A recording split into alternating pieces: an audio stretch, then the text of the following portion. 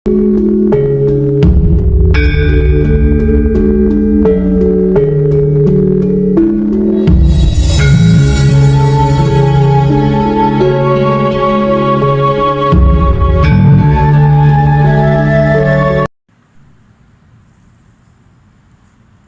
Web, Putra Romo itu yang seperti apa dan bagaimana sih? Maksudnya? Maksudnya ciri-ciri atau tandanya kalau seseorang itu adalah Putra Romo, Pak Web. Oh, ciri atau tandanya adalah Putra Romo itu sempurnaning pati lan urip. Maksudnya sempurna di dunia, sempurna di akhirat. Dan kesempurnaan seorang Putra Romo itu sangat mewah. Dan lagi kemewahan, kesempurnaannya itu bukan hanya cuma dialaminya sendiri, melainkan hingga 7 keturunannya, ke atas dan ke bawah, ke kanan, ke kiri, serta ke depan dan ke belakang. Mantap, luar biasa kan?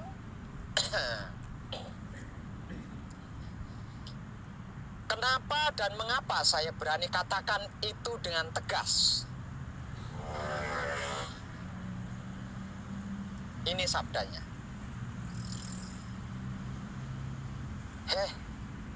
Putraning sun sami poro satrio lan wanita mereneo sun jarwani.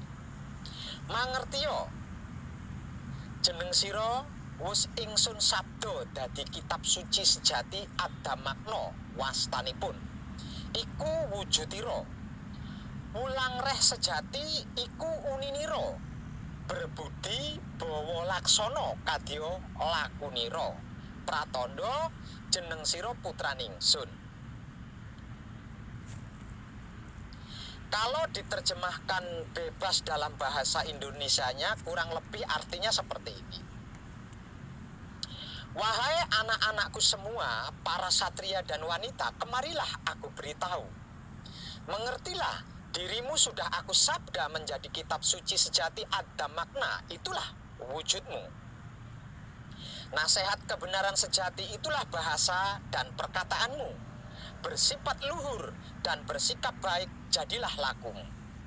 Begitulah Kanjeng Rama sejati Gusti Prabu Heru Cokrosemono bersabda tiap kali memeluk, merengkuh dan membelai para satria dan wanita yang dia kasihi, yang dia cintai dan yang dia sayangi. Sungguh mewah kesempurnaannya, bukan? Dan tenan sangat mewah. Apakah panjenengan seorang Putra Romo? Putra Romo atau hanya mengaku sebagai seorang Putra Romo karena merasa mempunyai wahyu pancagaib dan menjalankan patrapnya? Itu bukan masalah dan bukan sesuatu yang penting. Yang perlu dikaji dengan kesadaran rasa yang sadar itu adalah pertama,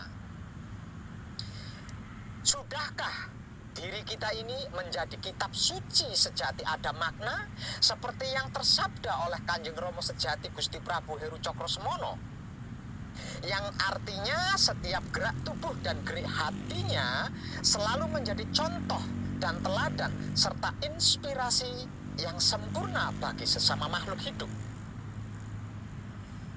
Yang kedua, sudahkah ucapan atau perkataan yang keluar dari mulut kita ini menjadi wulang reh sejati seperti yang tersabda oleh Kanjeng Rama sejati Gusti Prabu Heru Cokrosemono, yang artinya setiap bahasa mengandung petuah atau petunjuk atau nasihat atau wejangan serta pelajaran yang sempurna bagi sesama makhluk hidup.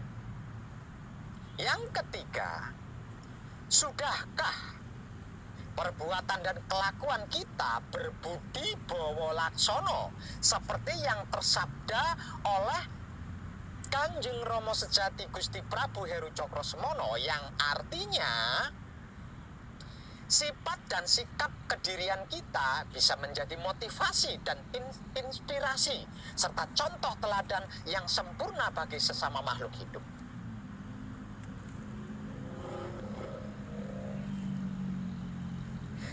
Dan yang mengetahui hal ini adalah dirinya sendiri yang merasa putra Rama. Kalau belum, ya berarti ya belum putra Rama. Kalau sudah, ya itulah yang dimaksud putra Rama. Kalau jauh dari ketiga yang disabdakan oleh Kanjeng Rama Sejati Gusti Prabu Heru Cokrosemono kepada kedirian kita, berarti bukan putra Rama. Dan jangan heran kalau masih kesulitan mengenal identitas jati dirinya sendiri. Masih berat, masih susah, masih mustahil bisa memanunggalkan sedulur papat kalima pancer yang tak lain dan tak bukan adalah guru sejati alias hidup kita sendiri.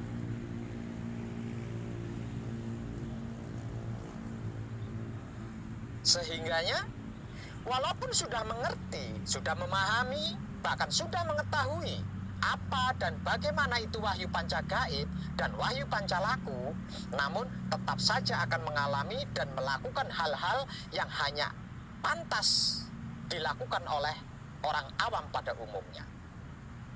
Kalau orang awam yang melakukan bisa dimaklum, sebab karena belum mengerti, belum paham, dan belum tahu, ya kan? Tapi kalau seorang putra Rama yang sudah mengerti, sudah memahami, sudah mengetahui, kok sampai, berarti wow, habis deh. Dan tenang. Kehidupannya tetap amburadul, sifat tetap pamrih, dan sikapnya tetap arogan. Egonya boro-boro padam, malah jadi yang terdepan. Hati nuraninya masih membeku, bahkan kaku, melebihi makhluk awam yang belum mengerti, belum memahami, dan belum mengetahui apa dan bagaimana itu wahyu panca gaib dan wahyu panca laku. Karena kesadarannya belum tergugah, belum sadar, sehingga tidak bisa menyadari hidupnya yang tersabda mewah dan sempurna hingga 7 keturunan, ke kanan, ke kiri, ke depan, ke belakang, ke atas, dan ke bawah. Sungguh sayang 1000 kali kata sayang saya katakan, saya ucapkan. Ibarat memiliki pesawat namun tidak bisa menerbangkan, memiliki motor atau mobil namun tidak bisa mengendarai, memiliki kapal namun tidak bisa berlayar dan berlabuh. Para kadang dan para sedulur kinasiku sekalian, suatu ketika saya mengunjungi seorang kadang sepuh yang sedang kritis di rumahnya. Mengetahui kedatangan saya, dia langsung menggenggam erat tangan saya, lalu menariknya ke wajah. Tak kuasa, air mata saya pun jatuh berlinang. Lalu saya memeluknya dan meletakkan kepala saya di bahunya. Tak lama kemudian, di telinga saya mendengar ada suara yang terpatah-patah. Seperti ini. Bila kamu tidak menyaksikan aku kembali kepada datku dengan wahyu panca gaib ini, tolong tanyakan kepadanya, di mana aku? Tolonglah aku ketika itu. Dengan bergetar, saya menjawab sambil memandangi raut wajah yang mulai sunyi dan sepi itu. Pasti kadangku, pasti. Itu pasti. Dan jika nanti kamu juga tidak melihat aku bisa kembali kepada datku, nantinya dengan wahyu panca gaib yang saya ibadahkan dengan wahyu panca laku ini, tolong ingatkan aku selagi aku masih di dunia ini. Kemudian kami pun menangis bersama entah berapa lama. Dan ketika perpisahan antara wadah dan isi itu dimulai, saya langsung mundur selangkah untuk mengambil posisi duduk, lalu melakukan patrap semedi mijil sowan di sampingnya untuk bisa menyaksikan proses pengembalian segala unsur dat kepada sucinya masing-masing. Dari awal jasad atau raga berpisah dengan datnya masing-masing sampai semuanya kembali kepada asal usulnya, sungguh saya menyaksikan keberhasilan yang sempurna itu. Sehingganya saya tidak perlu bertanya lagi kepada yang dat maha suci hidup tentang di mana dan kemana kadang sepuh saya itu berada. Matur nuwun Rama, matur nuwun Rama. Para kadang dan para sedulur kinasiku sekalian, ada banyak alkisah yang tersurat di dalam Alkitab tentang riwayat seorang ahli ibadah, tetapi di akhir hidupnya tidak menempati surga yang diimpikan. Apalagi yang disebut sempurna, surga saja belum tentu dan tidak pasti. Sedangkan di sisi lain, ada seseorang yang selalu bermaksiat, malah ia bisa masuk surga. Mengapa hal itu bisa terjadi? Ternyata ibadah dan amal saleh itu bukanlah jaminan untuk masuk surga. Benarkah?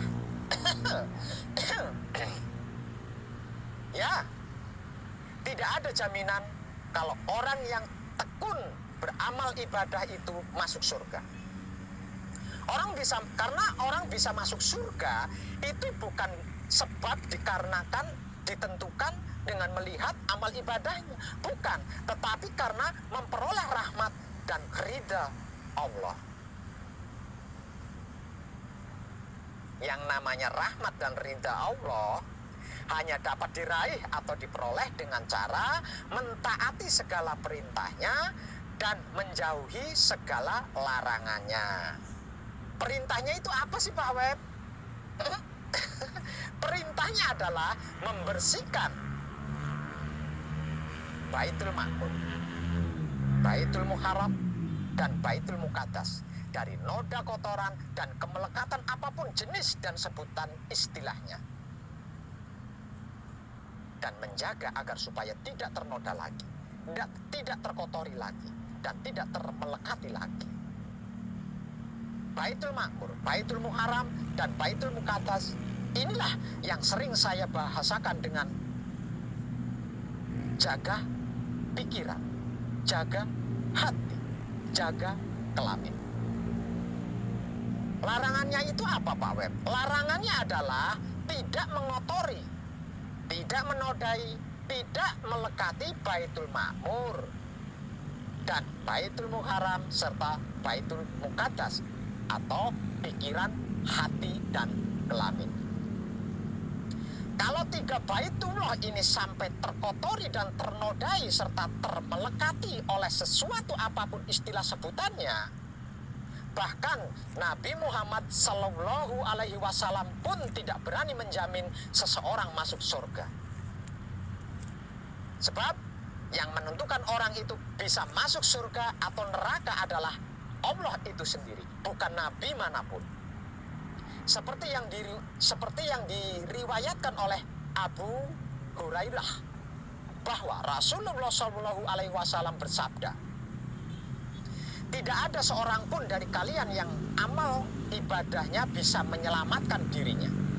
Lantas para sahabat bertanya kepada Rasulullah, termasuk engkau juga tidak bisa menyelamatkan ya Rasulullah? Beliau menjawab, aku juga tidak bisa menyelamatkan kecuali bila Allah melimpahkan ampunan dan rahmat.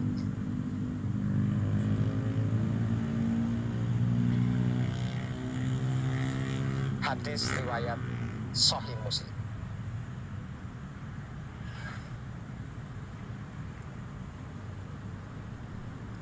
Dengan demikian, seseorang tidak bisa mengandalkan amal ibadahnya sebagai jaminan bahwa dirinya nanti pasti masuk surga. Karena hanya rahmat dan ridha Allah lah yang bisa memasukkan seseorang ke surga. Oleh karena sebab itu, dalam setiap menjalankan amal ibadah dasarilah dengan kerelaan atau keikhlasan. Maksudnya semata-mata karena Allah, tidak karena ingin masuk surga dan bukan mencari surga. Sebab karena bila yang dicari itu surga, dapat menjebak seseorang terjerumus dalam perbuatan ria atau takabur. Alhasil gagal total.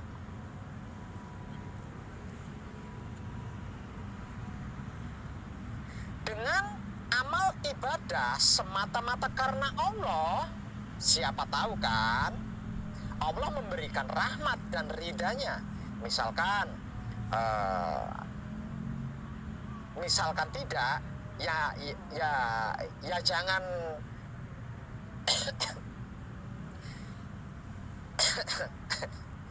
ya jangan kecewa sama amal ibadah yang sudah dilakukan. Ya. Jikalau amal ibadahnya semata-mata karena Allah, siapa tahu kan Allah memberikan rahmat dan ridhanya. Misalkan tidak, ya jangan kecewa sama amal ibadah yang sudah dilakukannya. Ya tidak.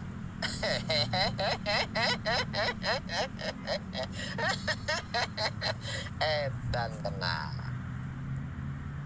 Pesan saya wong edan bagu, di dalam laku murni menuju suci, jagalah pikiran, jagalah hati, jagalah kelamin, atau Baitul Makmur, Baitul Muharram, Baitul Muqaddas dari kemelekatan duniawi. Jangan sampai ternodai, apalagi terkotori. Sebab 3 titik inilah yang menentukan penentunya. Karena ketika Baitul Makmur atau Baitul Muharram atau Baitul Muqaddas melekati, ternodai, terkotori, maka pada saat itu kita akan kembali dari nol lagi. Artinya mulai dari awal lagi. Dengan mengibadahkan wahyu pancagaib, menggunakan sifatnya yaitu wahyu pancalaku atau iman, tidak ada satupun kesalahan, dosa dan luput yang tidak terampuni. Semuanya bisa terampuni. Namun jika selalu kembali dari awal pelajaran laku, lalu kapan sampainya? Kapan selesainya? Kapan berhasilnya? Kapan bisa sempurnanya? Yang ada hanya capek, namun tak kunjung bisa jua.